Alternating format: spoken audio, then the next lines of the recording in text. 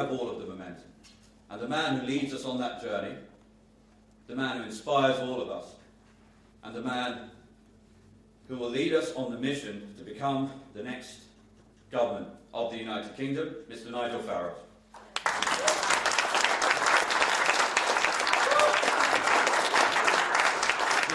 Good morning, everybody.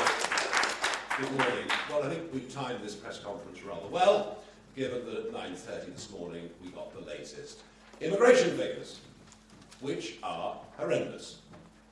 Horrendous if you want to get a GP appointment. Horrendous if you want to travel around Britain's motorways. Horrendous if you want your kids or grandkids to ever get a foot onto the housing ladder. Horrendous in terms of producing very disjointed societies and communities. And the message is pretty clear. 750,000 in the last year. And don't believe the lies and spin that it's a 20% reduction from the year before. It isn't. The year before's figures have been raised now in 2 instalments by 230,000. So let's get it into our heads. In 2023, under a Conservative government, nearly 1 million net people came into our country. This after manifestos in 2010, 2015, 2017 and 2019, promising in the first 3 they'd reduce the numbers to tens of thousands a year, and in the last one, a substantial reduction.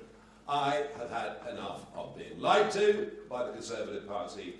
I don't believe they'll be forgiven at any point in the next few years for what they have done and the impact it's had on people's lives. And you might have noticed, the quicker the population rises, the poorer the average family in Britain becomes. And those figures are now undeniable. Of course, with Labour, it's even worse. And I don't think smashing the gangs is going to work. It's perhaps worth just mentioning briefly that the asylum bill, we've had those figures this morning, that has gone up by 36% in 1 year to 5.38 billion, and that doesn't even include the daily cost of what is happening in the English Channel with drones, with Border Force, and with the massive processing centre at Manston. I don't know what the true figure is, but it wouldn't be difficult to work out that it would be several multiples of what has been taken away from Britain's pensioners in terms of their winter fuel allowance and the hit that will be taken by British farmers. But then, why would they matter? They're British. They seem to be always at the back of the queue. So I'm pretty angry about those numbers today. I think the general population will be too. And for Kelly Badenoch to stand up yesterday and read off the autocue as she did, to say we got things slightly wrong. No, you didn't get things slightly wrong. You have fundamentally changed the lives of everybody in this country and diminished living standards for virtually everyone. Enough of the negativity. I'm delighted that on Tuesday of this week we went through the 100,000 number. I've led previous political parties. I led UKIP for many years, and the peak we got to then was 46,000. The remarkable thing about the rise over the course of the last few months is it happened at a time when we're not particularly active. We are restructuring, reorganising. As Zia said, we now have 400 parliamentary constituencies that are up and running, and we're about to release them into the field. We're about to start delivering tens of millions of leaflets through doors. This rise has happened during a relatively quiet period of reorganisation for the party. The appetite out there is quite extraordinary. The enthusiasm.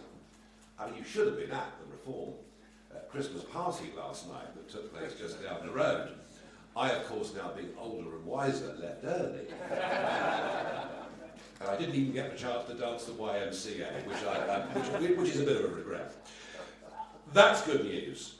You might have noticed that in by-elections, weekly by-elections that take place for district, borough or county councils, we've now become active. And last week in Kent, we won our first county council by-election, and we'll win another one between now and Christmas in a county not too far away from there. So we're taking that seriously.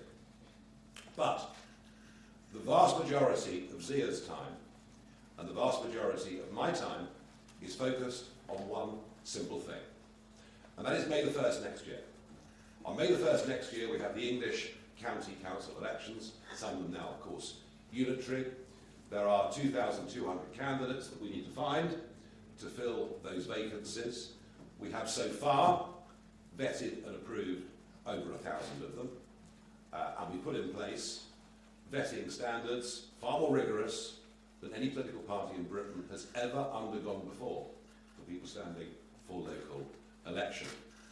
Those candidates will be beginning to be adopted, in fact, starting at the end of this week, and I promised I'd democratise the party, and yeah, it's up to the branches. They can choose who the candidates are off the approved list. So we expect to hit the ground running, out there campaigning, door-to-door, leafleting, gathering data, ready for those elections on May the 1st, and we'll do that starting very early in the new year. So I think this membership of 100,000, milestone though it is but a fraction of what we're actually capable of achieving. People want something different, and to carry on from what Zia said, if you come to a reform event, you'll find happy people. We are happy warriors. And it's because we actually genuinely think that this never-ending cycle of negativity, of economic decline and societal decline can be turned around with strong leadership. In fact, I think that's what the American public thought at their recent elections, and boy, am I looking forward to my new friend, Elon Musk, taking on the administrative state in America. It may well prove a blueprint that perhaps we can use if things go well after 2029. The one other number I want to point out to you, and that is my personal TikTok account, which last week went through 1 million followers. And we get tens of millions of views on my TikTok account every single month. 2/3 of that million are under the age of 35, half of them are under the age of 25. Something remarkable is happening with Gen Z. And it's not just happening here, it happened in America at the last election, where Trump got 44% of the under 30s to vote for him. Something that was unthinkable in 2016 and 2020. And it's happening across much of the rest of Europe too. A lot of those that seem to support me are 16 and 17, which is perhaps why the Labour government have decided not to lower the voting age. I put forward as a suggestion, I don't know. But there's something very exciting happening. And what we have to do is to turn that enthusiasm into people that actually register and go out to vote. And it's going to be one of the main jobs that Zia and I have over the course of the next few years. So I'm very pleased with the progress that we've made. I think there is a feeling. 2/3 of the British voting public, 2/3, say they would like a proper alternative to vote for, not just the main two that have been around for the last 105 years or so. And we intend to fill that gap. This time last year, I was in the Australian jungle, and my thoughts were very far away from re-entering the political fray. I thought, well, at last I've got a big payday, and I can enjoy life. But I just couldn't stand by and watch Brexit be squandered in the way that it was by the Conservative government. None of the potential advantages that it was offered, other than foreign policy, frankly, have been taken up. We've got self-government back. Now we need the right people in charge to deliver it. People that actually believe in the nation, believe in their people, and are unafraid to take on the centre-left consensus that so dominates all of our public services in this country, including, sadly, our educational establishment. So, to make it clear, we believe in Britain. We've only just started, but we are on our way. You can judge how well we're doing when we hold a press conference on May the 2nd. But I believe we're going to win a very large number of county council seats up and down this country. Now, we said that when we hit 100,000 members, the lucky winner would go out for a pint with Lee Anderson. Now, I fear that was deeply inaccurate. The use of the singular strikes me as being very unlikely with Lee. And by sheer coincidence, the 100,000 member happens to be a former Conservative Member of Parliament. Who'd believe that? Isn't that extraordinary that it should have worked out that way? Her name is Dame Andrea Jenkyns. And not only is Andrea joining the party, but after an internal selection process, she has now been selected as our candidate, and she will run to be the newly created Mayor of Lincolnshire on May the 1st next year, and I believe she has every chance of winning. Dame Andrea, I hope you're here.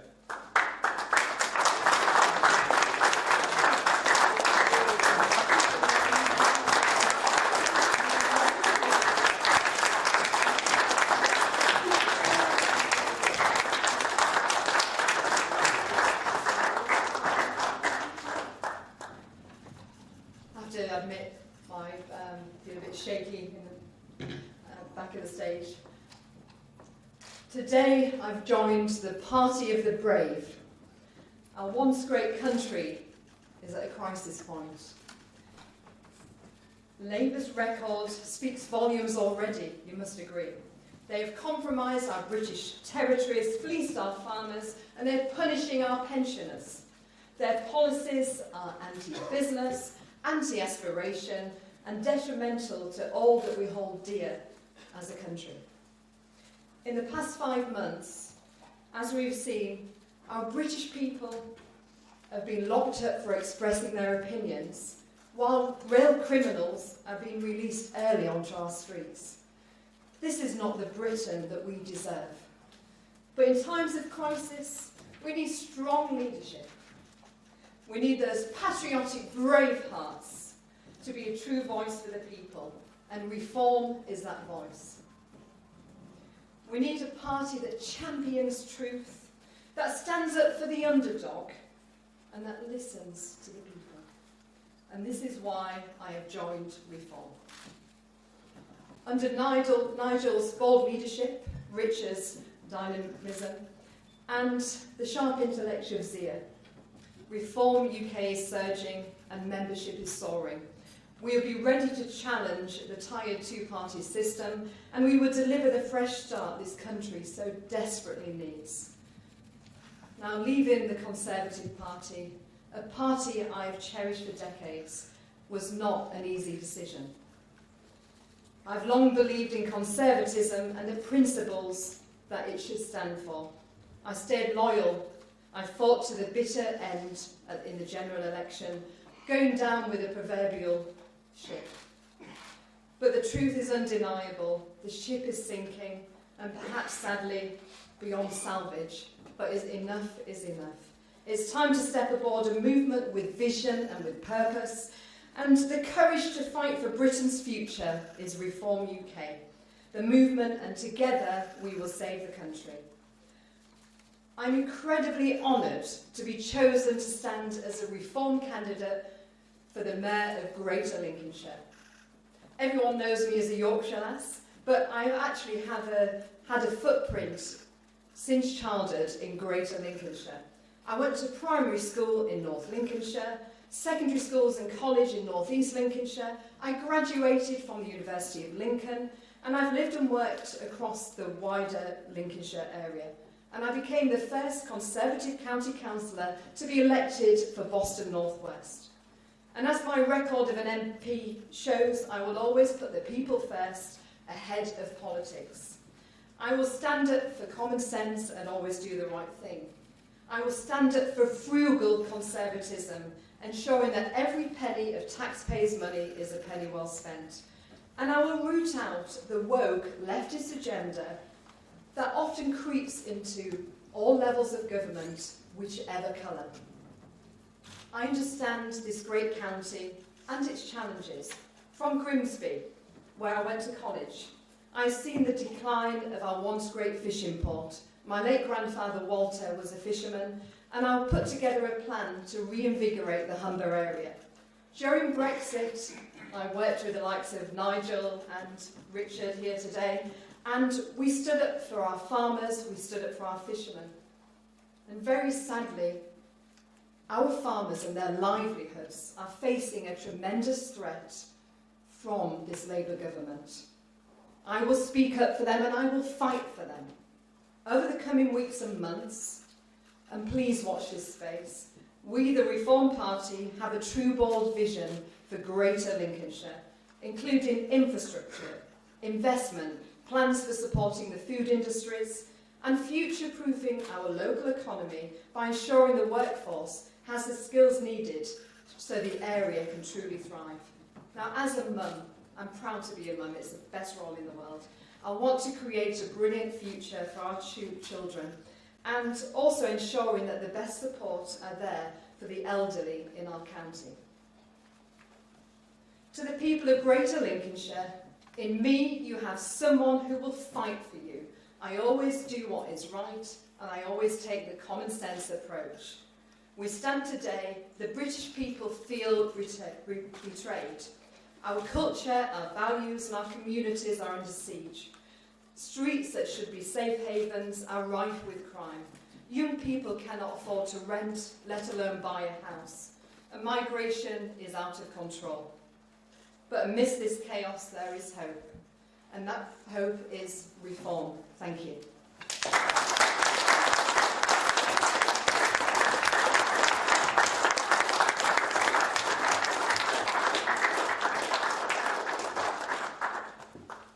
Okay, ladies and gentlemen, we will now move to the Q&A portion of this press conference.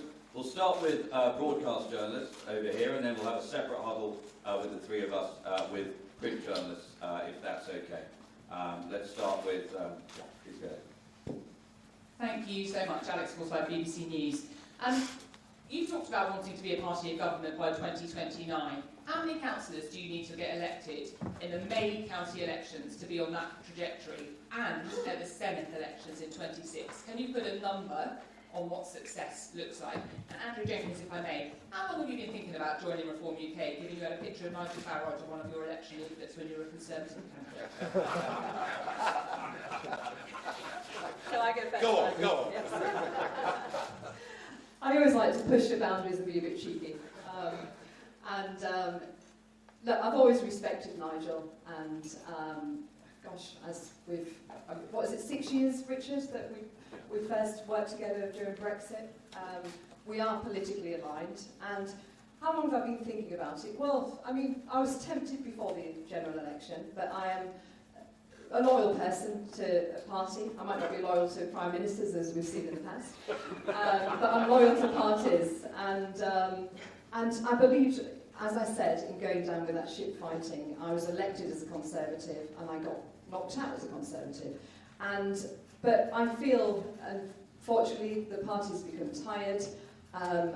I've got amazing friends in the party, you know, Boris Pretty, Robert Jenrick, and there's some decent people there, but I feel the party's lost its way, very sadly. And reform actually is more closely aligned, and I think it's actually my natural home. Yeah, I mean, the truth of it is that half the Conservative Party in Parliament should join Reform, and the other half should join the Lib Dems.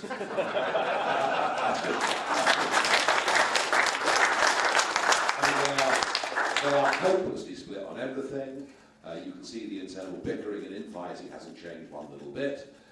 So, you know, they are literally, the brand is broken, the product doesn't resonate with the general public, and what we're going to do, we're going to replace the Conservatives as the opposition force to Labour as the next general election comes along. But I'm not just sitting here saying that. I haven't come out of semi-retirement for fun. I didn't need to do this. I'm doing it because I genuinely think that once every 50, 100 years, there comes along, whatever the political system, and yes, of course, we've got first past the post, but once every 50, 100 years, there comes along that moment where sort of epochal political change can happen, and I think we're at that moment right now. To answer your question, I'm following the Paddy Ashdown model.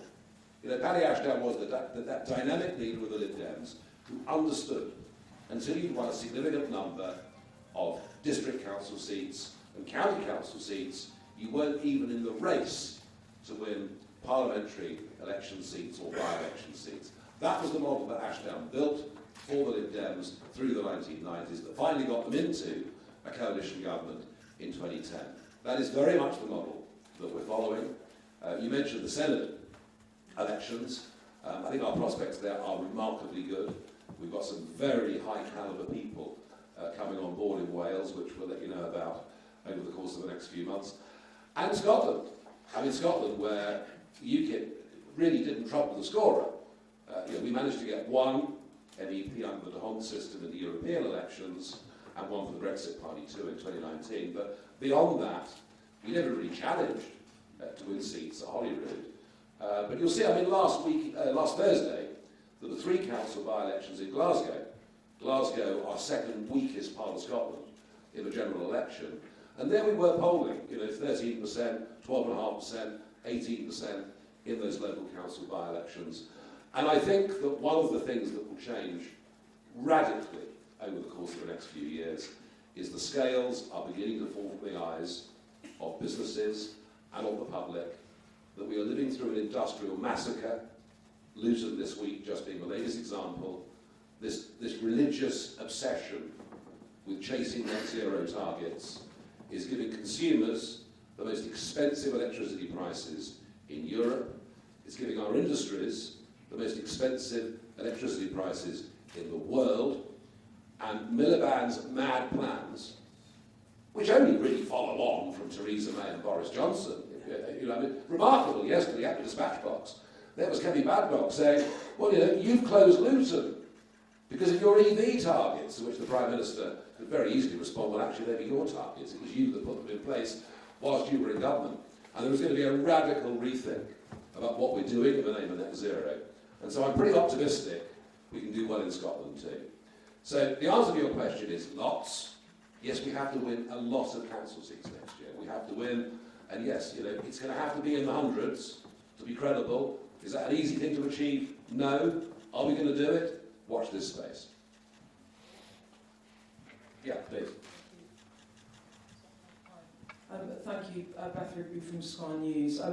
Nigel Farage, you just spoke about the net migration figures, 900,000 in the year to June 2023, 728,000 in the year to June 2024, all under Conservative governments, which gave you a very potent message in the general election of people who voted for Brexit and then felt dreadfully let down. But you just said there that Labour are even worse. You have nothing to base that on. They haven't yet got a record on migration.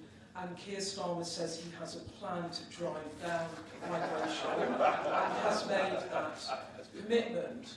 Are you saying that because actually you need Labour to fail on migration in order to try and feather your own nest and improve your chances at the next general election?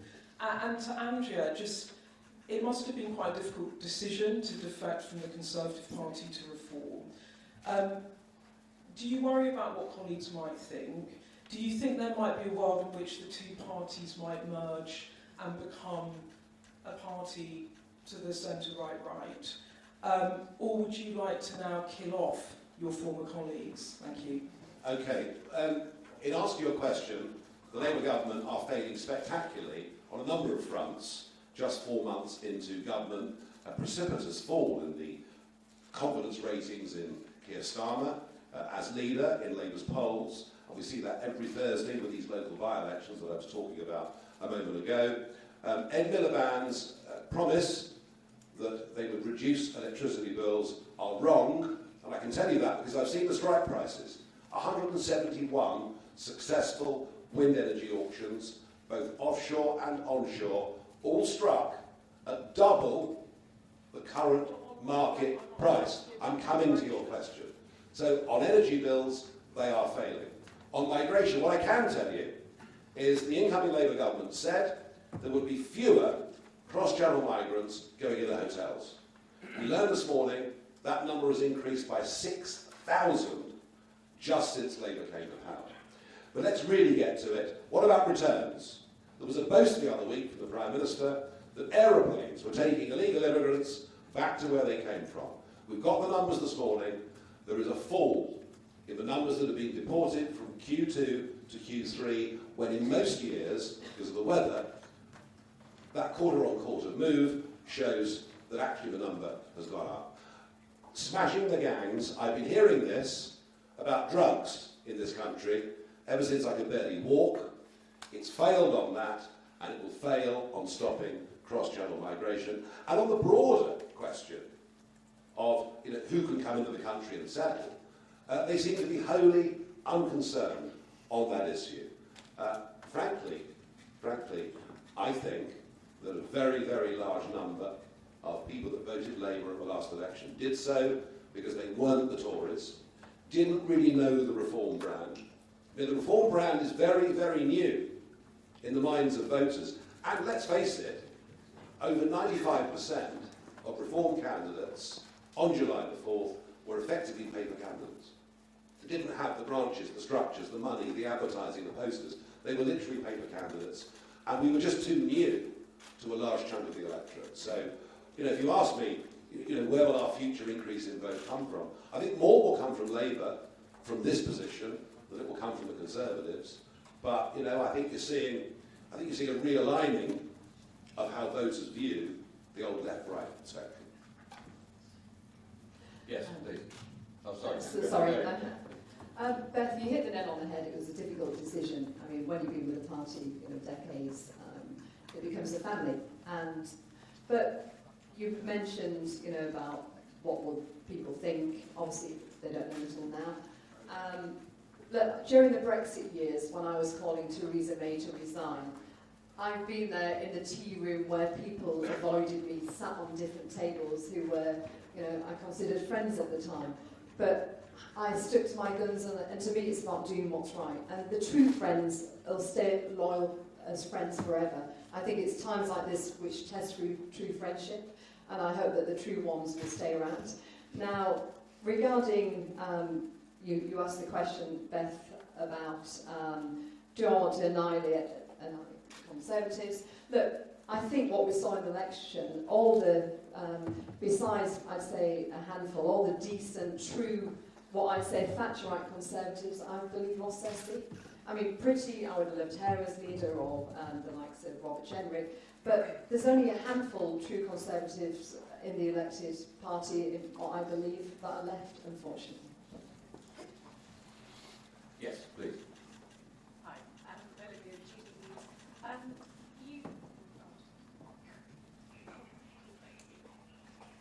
You say you want to be the next party of government. The Conservatives laid out a sort of broad framework yesterday for their plans for immigration. Can you give us a bit more detail on what your immigration policy would be if you were the next party of government? And just one other quick question. Are there any other Conservative or former Conservative MPs up your sleeve? Yes, I mean, Kemi Badenoch read off an autocue yesterday in a rather robotic fashion, making no specific promises of any kind at all, other than what I'm going to do will be even tougher than leaving the ECHR.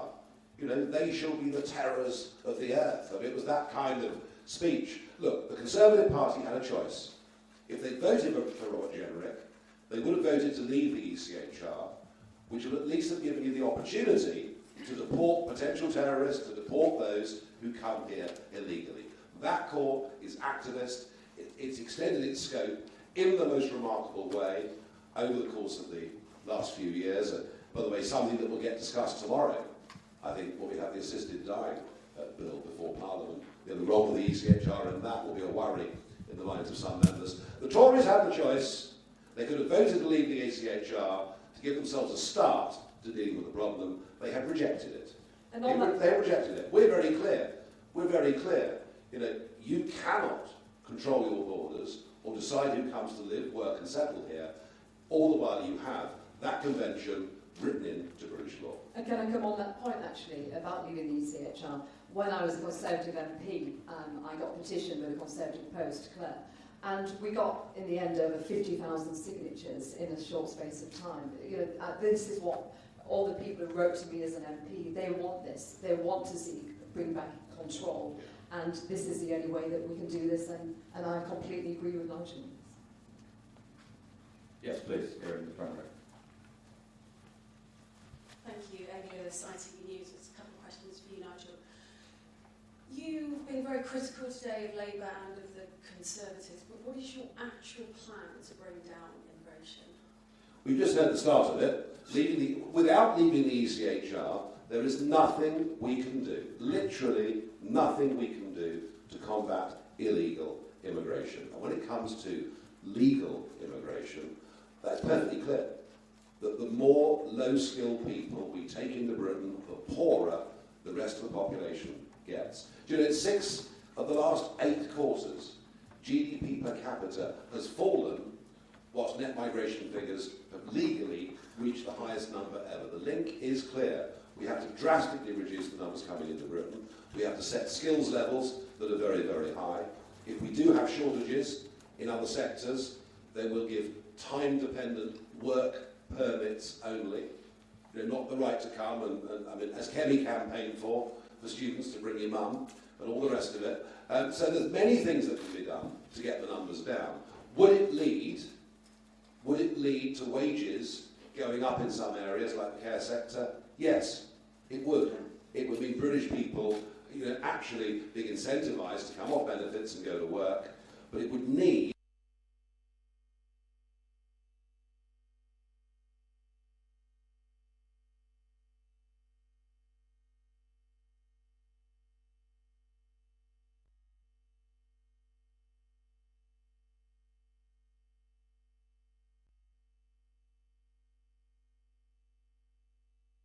answers to this.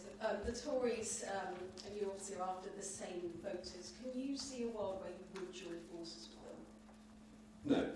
No, none at all. None at all. I've been lied to and let down by them, just the same as everybody else. You know, I made a pretty magnanimous gesture back in 2019. You know, I could have gone around the country rubbishing Boris's deal. I think that would have led to, I think 72 Lib Dems would have won that time if I'd done that. And I said, no, actually, we need to get this over the line. You know, Boris Johnson has made some very specific promises, and frankly, that apart from foreign policy, where we do stand taller in the world, and we are free to make our own decisions on virtually everything else, I feel completely let down by them. And frankly, my motto now is never trust a Tory. Simple as. Yes, please.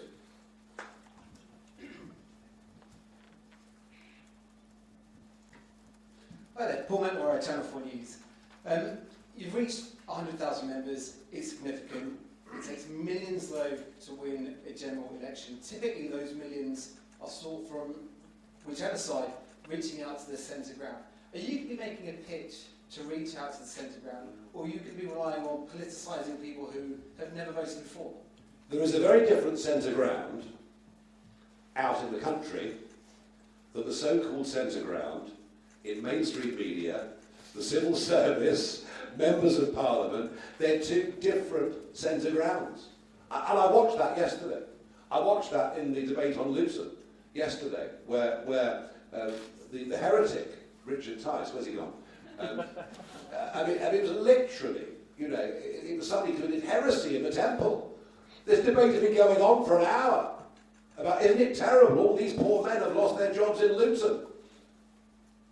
And Richard gets up and says, but this is because of our net zero obligations, and we've closed our chemicals industry, we've closed our refining industry, we've closed our smelting industry, we've destroyed primary steelmaking, all because we have, through net zero policies, the most expensive energy for manufacturers in the world. I mean, you'd have thought Richard was on a completely different planet. I mean, look at the poor chap. I'm surprised many in white coats didn't come. But if you go out into the country, you know, are people concerned about the environment? Of course they are. Of course they are. But, you know, when you give them the arguments and the facts, they all agree that committing economic harry-carry in the name of doing this, all the while China builds 80 new coal-fired power stations every year, makes no sense. So I would argue, in response to your question, that what we stand for is plain common sense.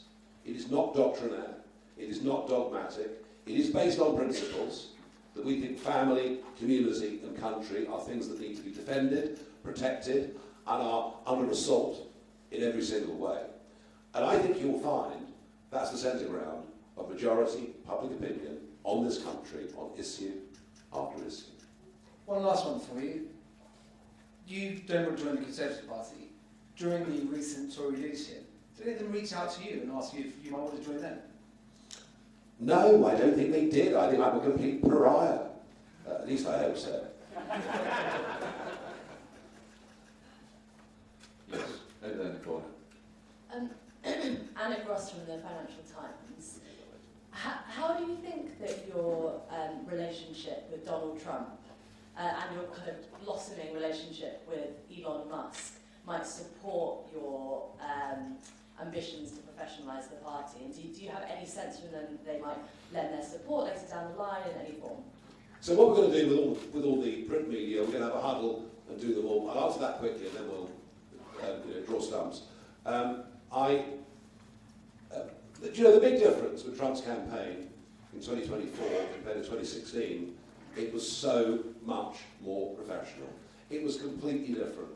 There was an atmosphere of calm at Mar-a-Lago over the course of the last 18 months, despite everything that he was being put through. You know, Susie Wiles had been put in there, she'd given it authority, she'd given it direction. It was a completely different campaign.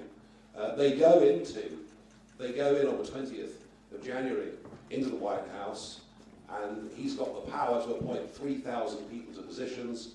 They've been working on those people for the last 18 months. I've seen what professionalising the campaign did for Trump, and it was a big success. And the reason I've got people like Zia now working for me is that's exactly not what we're going to do, it's what we are doing now with this party. And two other quick points on Trump, if I can.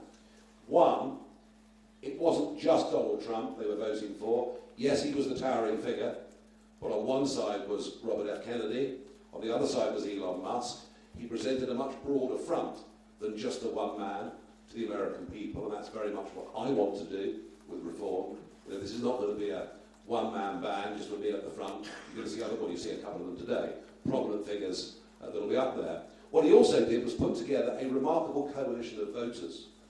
With a big rise in the black vote for Trump, an even bigger rise in the Hispanic vote for Trump. And I'll just leave you with this thought, that in the last general election, more members of what they call the BAME community voted Reform than voted Liberal Democrat.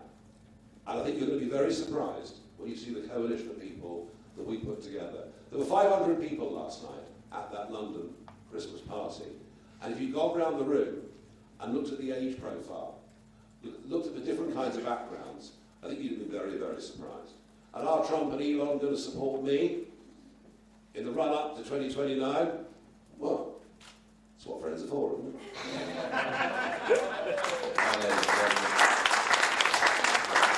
With that, we will call stumps on this portion of the press conference now, and we'll go and do a huddle over there for print media. Thank you very much for coming. Really appreciate it.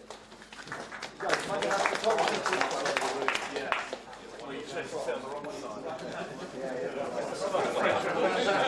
the right.